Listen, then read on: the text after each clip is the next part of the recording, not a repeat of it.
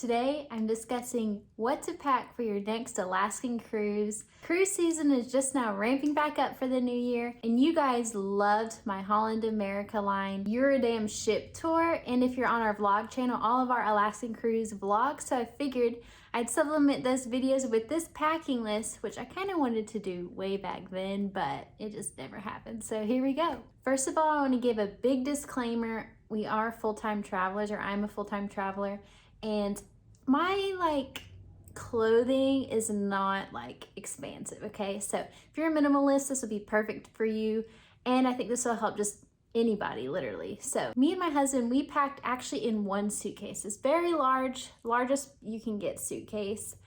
It worked out for us. We were able to pack both of our items in the suitcase and still be under the weight limit. If you don't have one already, just go ahead and buy a suitcase scale. You clip it onto the handle of the suitcase and you lift it up and it'll tell you the pounds that your suitcase is. So that helped us out a lot. I recommend this for just anybody because if you're in a small cabin, you're not gonna have a lot of room to put your suitcase. So it worked out perfectly. We were in this interior cabin, very small, not a lot of room, and one suitcase was just perfect for us. So my next item, I would highly recommend you bring some kind of thermal underwear. Those are those long john thermals, top and a bottom. I really think you only need one or two pair. I only have one pair. So I brought one pair and my husband brought another pair. You just never know what the weather's gonna be like in Alaska, so it's good to have those. Now let's talk about layers. The thing to do in Alaska is to just pack a bunch of layers. So your thermals, bring just a normal outfit, then bring a light jacket and bring a thick jacket. So what I did, I brought a all weather type jacket. So if it rained a little bit, I'd be covered for the rain and a little bit for the cold, windier days.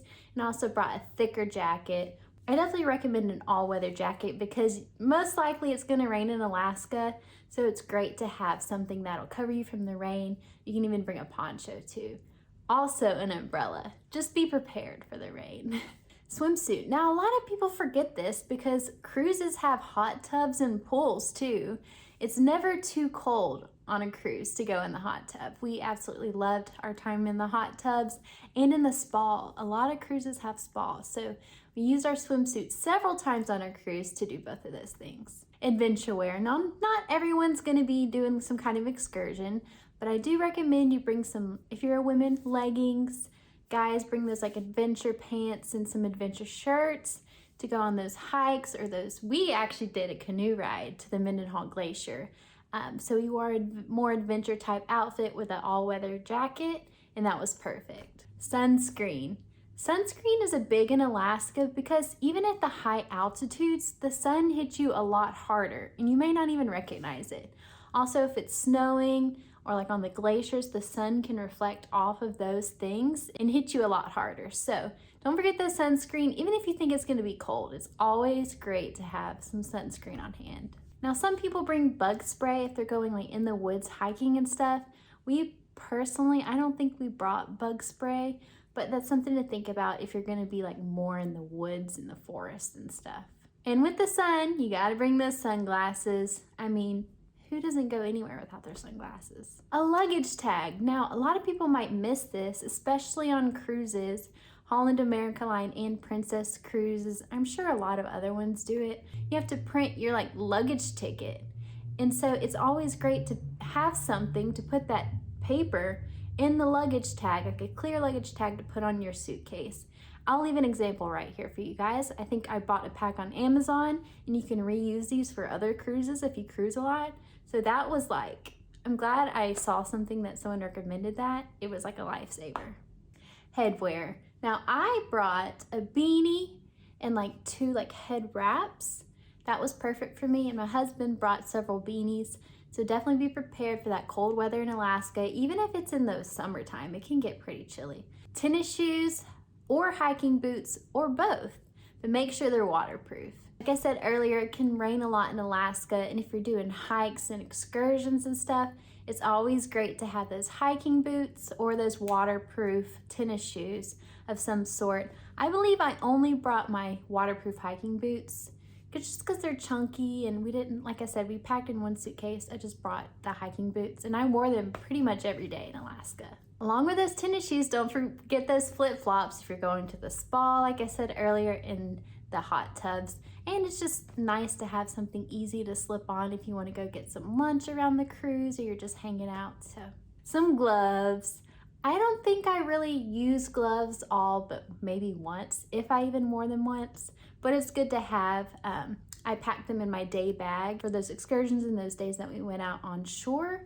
And also our scenic cruising day through the Tracy Arm Fjord was really cold. I might have brought those gloves for that day as well. So more about the layers. I brought like 1 or 2 sweaters, like those really thicker type sweaters, and several long sleeve shirts and several short sleeve shirts like you would see here. It's always a good idea just to have several type of shirts, so you never know what the weather's going to be like, so you can wake up that day, decide what kind of shirt you're going to wear, and go about your day. Most likely on your Alaskan cruise, you're going to come across a formal night.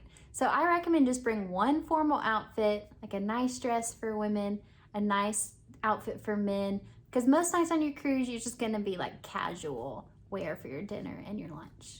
Passport. Although Alaska is in America, a lot of stops on your Alaskan cruise go through Canada. Now, I just recommend to have your passport just in case. You don't have to.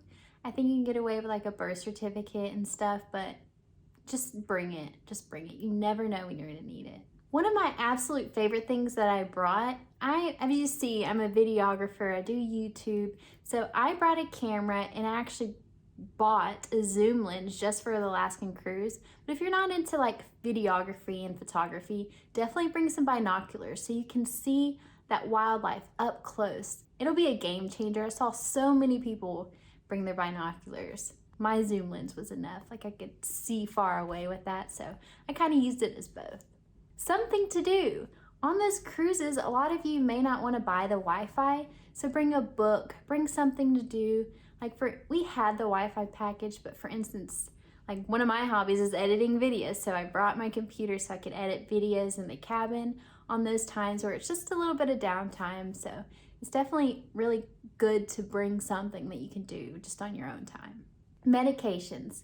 You should always travel with your prescription medications in the original bottle with your prescription with you. That's what they tell you to do. A lot of people don't do that. But on the side, some really awesome over-the-counter meds you should bring. I'm a nurse, so you should listen to this. Some Dramamine. I get really seasick, so I pretty much took 1 Dramamine each day just to prepare. You can actually take 2 a day. So I took one the day before our cruise and then every day of the cruise.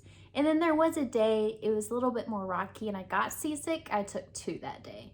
So I definitely recommend to bring that Dramamine. A lot of people use the scopolamine patches. You get it and you put right behind your ear. Though scopolamine can have some bad side effects, so I usually just go with Dramamine. Some ibuprofen, some Tylenol for those days you may get a headache or you hurt yourself or whatever the case is. It's good to have that, as well as Tums or Pepto-Bismol. I usually go for the Pepto-Bismol because on those cruises, you are just eating and eating and eating. So it's good to have something for your stomach whenever it's just not a good day. A waterproof backpack. I think we brought 2 backpacks, but one of our backpacks is waterproof, so it was perfect to bring on that excursion that I mentioned earlier to the Mendenhall Glacier. We did a canoe ride. We got a little bit wet, so it was great to have that backpack with things that you may need for the day. In Juneau, it was a very long day, so we kind of toured downtown. We did that excursion after, so you didn't have to go back and forth on the boat in case we forgot something. Wool socks.